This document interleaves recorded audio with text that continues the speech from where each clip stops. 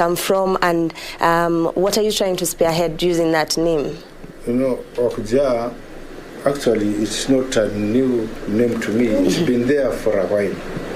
And actually, it came because when I do things, I do them in totality. Na watu wengi they associated me with amani. Yani nimejaa amani kwa kila mtu. Na nimejaa upendo kwa kila mtu. Na nimejaa maendeleo kwa kila mtu. Ndio watu wakasema Wakujaa, yani amejaa amani, amejaa maendeleo. Unaona, somebody who is full of things. But now that's how it came from. Okay. And you know, that's what I've been doing. Even before I was elected as a member of parliament, I've been doing things to the society. And when I do them in totality. That's why you see when I was campaigning, I campaigned as an independent candidate. But you see, I went fully, just like a lion when he's trying to hunt and its prey. It normally goes full blast. So me, I also go full blast like that. And you know, in our language, Wakujaa, yani ni sema Kiswahili. Somebody who is full of love, full of amani, full of developments, maendeleo kwa kila mtu. Now, speaking of developments, we understand Taita Taveta County, 64% of it is occupied by the Tsavo East and Tsavo West. The county has for years been trying to see if the KWS can have a revenue sharing method so that the county can up its revenue methods of collecting revenue each year. But where is the status quo right now of Taita Taveta County? Let me tell you, in fact, that question, you should expound it and ask me what is the challenge of Taita Taveta right now. Let me tell you, vile mimi nimeingia ugavana, nimeona ile formula tunatumia kwa national, ile one man one policy, one man one shilling. Kwa kweli it is not working. 2013, 2017, it was working. But you see, the evolution is good. 2013, 2017, there are places, hatukuwa na health centers, tumeweka health centers. Hatukuwa na ECDs, tukaweka ECDs. And you know, if you ukijenga ma health centers na ma ECDs, they are accompanied by staff. So over a time, from 2013 up to now, sahi, we're in a big problem. Because the money we are getting from the national government, nikilipa mshahara ya county na pamoja na county assembly, the money which remains, I cannot do any development at all. Because at that time, even the wage bill was small.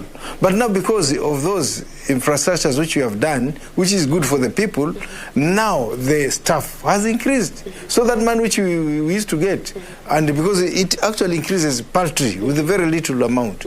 Tukisema tunalipa mshahara, tayari wage bill tume. For example, you know, monthly, Taita Taveta, I get approximately 400 million from the national government. And this money out of 400 million, and my salary for both county and the executive and the county assembly is 288. Tunabakia na 112. For example, this month because we received the money for November, we just received last week but on Thursday. In paying the salary of 208, I remained with 112. And you know, schools are being opened. COVID made all the business died. At the same time, we have had 5 seasons of dry spell. So most of the children are outside wajaenda shule. So to decide, now let us keep at least 5 million per ward so that these children, at least tuwajaribu kueleka shule. And you know, Taita Taveta, we have 20 wards. So which implies in each ward 5 million, that's 100 million. And we remain with 112 million. So if you remove 100 million and 112, we remain with only 12 million. Now these 12 million, can we use them to fuel cars? Can we use to small cars? It's impossible. So, and the revenue generation in small counties like this one, because Taita Taveta is one of the counties which has least revenue generation, simply because 65% is taken by the KWS. We don't get even a single coin. Here we have minerals here and there, but even the royalties, they go to the national government, treasurer.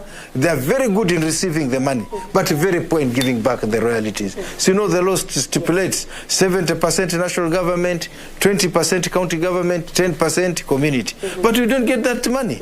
So even I don't know what to do. So the formula was working. But right now, I think this formula should be checked and, if possible, amended. Simply because, I wonder, because there are towns like, for example, Nairobi, Mombasa, Kisumu, these are counties which are benefiting conform with its roads.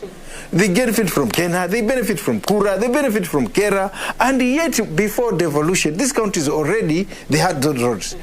And the one word of Taita Taveta, the big words, it is equivalent to the entire Nairobi, or the entire Mombasa. Only word, and the roads are the same, and you cannot tell me if to tarmac road in Nairobi is cheaper than the one in Taita. They're the same ones. So with this money, I cannot do any project. So that's why I'm requesting people, all the professionals in the country, they should come and see if at all they can review this method, so that at least counties like us, we can enjoy like any other counties. Because right now we are making those ones who actually had everything to even get more. But now these ones which they didn't have, even we are going now, it was good, but as over time, are you getting me? Over a time, as we started, those facilities we didn't have, they were constructed. As we wind up, Governor, I understand the head of state might be coming to Taita in the near future. And what are some of the areas that you'd want partnerships or portions that they can take to help you in terms of development, so that you can achieve your goals in the next 5 years? First of all, just the way I've said, I'll talk to the president. If actually counties like this, we can be given conditional, so that at least we go at par with other counties. So increase this equitable share. Secondly, this county, it is a water surplus account. But right now, you can see how dry this place is. 5 dry spell, people even have, some of them have started dying because of hunger. We started with the buffaloes and wild animals, and then domestic animals. Right now, it's very serious because there are no rains. And so one thing which I'll request the president is also to assist us in the water. But actually it is in his heart. He wants to give us the Mzima phase 2. And we are really welcoming that support from him. And at the same time, we have been having GEM Center for a while, but it's not opened. We want it to come to active so that wananchi can benefit.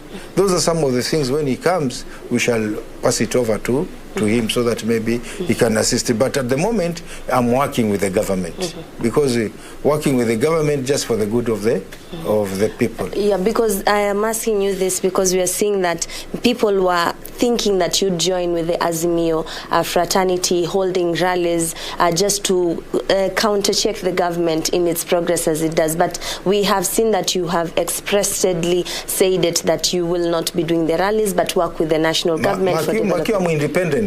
And do you know the meaning of independent? Yes. I'm individual, not with the parties.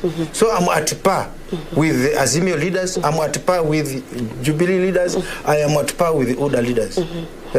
So we are at par. So when we are talking at the same level. So nobody can coerce me to do, it's me to make a decision. Furthermore, right now, we have 47 governors. Yes. Out of 47 governors, 23, they've already aligned either Kwenye Kwanza or Azimio.